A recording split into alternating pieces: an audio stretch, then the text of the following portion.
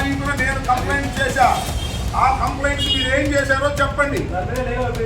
Legal opinion కాదు, ఏమి తీసుకున్నా మీరు 14 days లోపల అకార్డింగ్ టు చట్టం PNSS ప్రకారం 14 రోజుల లోపల మీరు అది రిజిస్టర్ చేయాలి, లేక నాకు సమాధానం చెప్పండి. దీనికి సమాధానం చెప్పండి, దీనికి సమాధానం చెప్పండి. మా ఫిర్యాదులపై